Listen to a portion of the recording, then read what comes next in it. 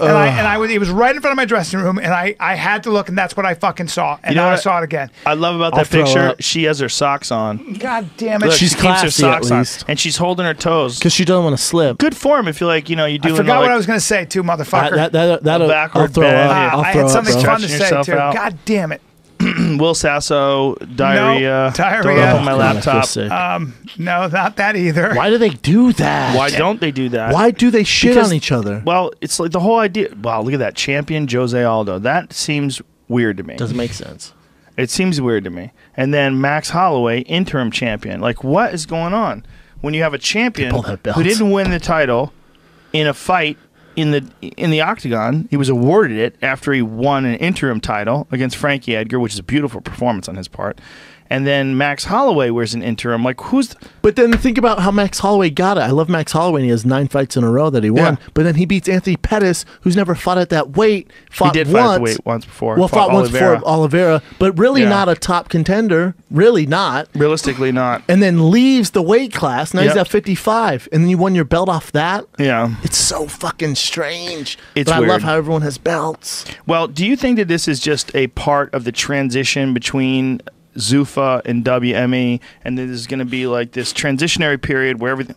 Powerful watch, Tyron Woodley.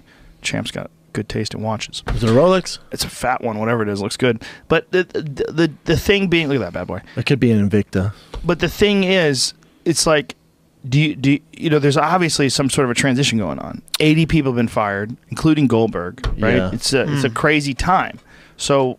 I think they're scrambling for stars, and I think belts brings along some sort of ratings. I just think they're in this feeling out period, this transition period, that they're just trying to figure it out. And I think that's why Dana's entertaining this Conor McGregor fight, because what else would we talk about? Name something else. Name something else big going on in the UFC right now. Well, what's interesting is does WME, are they really, or this organization, have they really been involved in anything where the outcome is totally unpredictable like combat sports?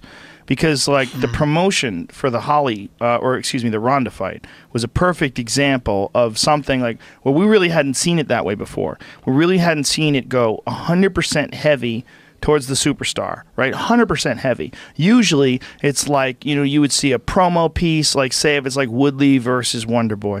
You would see Wonder Boy highlights. You would see Woodley highlights. You would see ass kicking on both sides. You'd be like, holy shit, what a fight. I can't wait. They didn't do that at all. They did it the way they would do a movie. Yes. They did it the way they would promote a TV show. They did it the way they would promote a new Kiefer Sutherland series on Netflix. You see only the star. But that's I shouldn't say Netflix. I should say like Fox. Yeah. Right? But that's what scares me, because Dana White, when it comes to this, is a genius. He would never. I don't think he would allow that to happen. So I'm just wondering how involved he is, because without Dana, if you just have WME running it, fuck, man. Well, it did look dope, though. I'll tell you what. I don't agree with the fact that they ignore. I'm a purist in a lot of ways when it comes to combat sports, and I think you have to respect the hierarchy of the champion. I don't give a fuck who's the famous person. This championship thing is so important. When you have if you're going to have champions, you got to respect the champion, like whoever the fuck it is. It's super important that you make a big deal out of the fact that person's a champion. And they made like almost no deal out of the fact that she was a champion. It was this weird situation, but it was really well done in terms of like getting me amped up. It wasn't though. I disagree. I disagree. But for me, it was. For me, look, because you're the one doing the fucking promo. No. Most of that was not me. Most of that was like you open up the fucking curtain, the garage door, and you see her hitting the pads. I had almost nothing in that. The only thing that I said is I can't imagine she's not going to come back and be whatever, motivated or pumped up or whatever. By the way, a lot of the stuff they use in those promos, totally out of context. Like when I was saying that she's the best ever, there's no one even close. There's her and there's everybody else. Yeah, that was a long time ago. That was a long time ago. Correct. I did not say that for this fight. No, you didn't say this for this fight. But you said that for I think you said that for the Betch Correia fight. But yeah, so see, like when they're making these promos, they're patching stuff. They're taking so. For me, I have a problem with that because this is not what I would say. Yeah.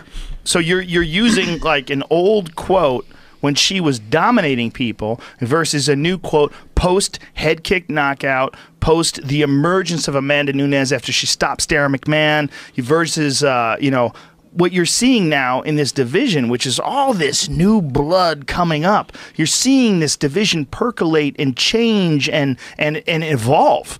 And you're seeing like higher level fighters come in, like Valentina Shevchenko, like Amanda Nunes, like Holly Holm. Like you're seeing all this stuff take place in front of you, seeing this change in the women's division the same way you saw a change in the men's division from 97 to 2017. You're seeing that now take place at an accelerated pace in the women's division. Yeah. So who was dominant 2 years ago?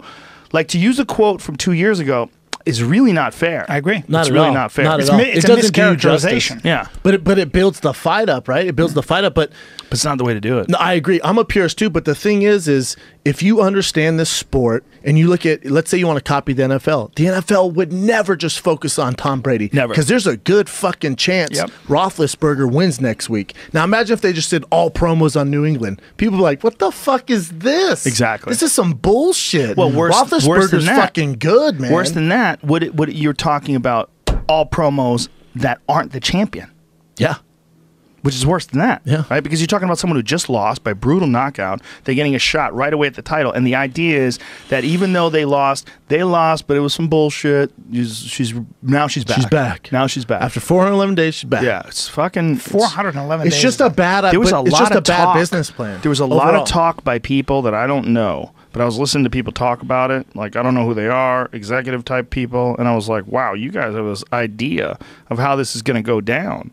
Like they were just super connected to this idea. Now, I don't know who they were. I don't know if they're friends. I don't know but there was a lot of people that were talking that had this idea that she was just going to go in and storm the castle and take back what's murk her hers. like this. I had a conversation with a high up exec at a big time corporation, and we're talking MMA. I'm like, oh my, you have no idea. What did he say to you?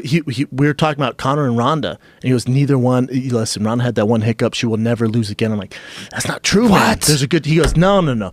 She would never lose again. She goes, and Conor, not a chance. I'm like, what are you talking about? Dude, these people were talking backstage. The MMA gods are like, excuse me? Yeah. These people were talking backstage, and one of them didn't know Nunes' name. Yeah.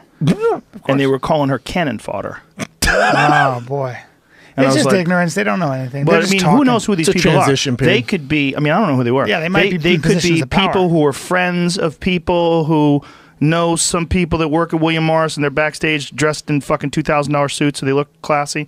Who knows? I don't know. William Morris. They shouldn't be doing anything without going through Dana White first. They should not be doing anything.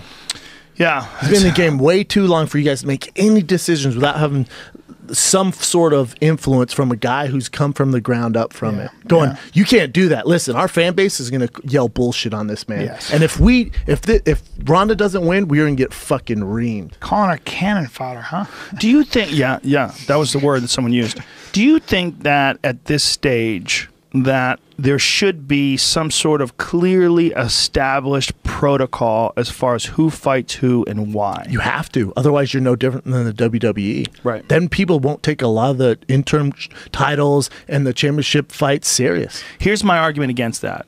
Dan Henderson and Michael Bisping. I wanted to see that fight. It was goddamn time. That's because we love Dan. I agree. I love Dan and I love Mike. And I know Mike wanted it back. He finally got the title. And he's like, fuck this. I know, I Joe, it doesn't work like that, though. That guy knocked me out. He's got his fucking picture of him flying through the air, That's his punching me in logo. the head. That's his while logo. I'm out cold. Everybody knows what that logo is. Yeah. He's like, fuck him. And he landed it twice on Yes. him in the fight. Oof. Yes. No, don't get me wrong. Yes. Might be the fight of the year. It's up there, but I think you have to have some sort of structure where people can see what's going on. Otherwise, it's just like maybe it's like a USADA exemption. Yeah, maybe you have an exemption. For Brock Lesnar, how he got away with that 4 month. You The get problem one a is, year. if you do that, you're right. You miss out on those really fun kind of revenge fights. Yes. But then you can't say, oh, we want to be the next NFL. Let me ask you this: NBA. Do you think?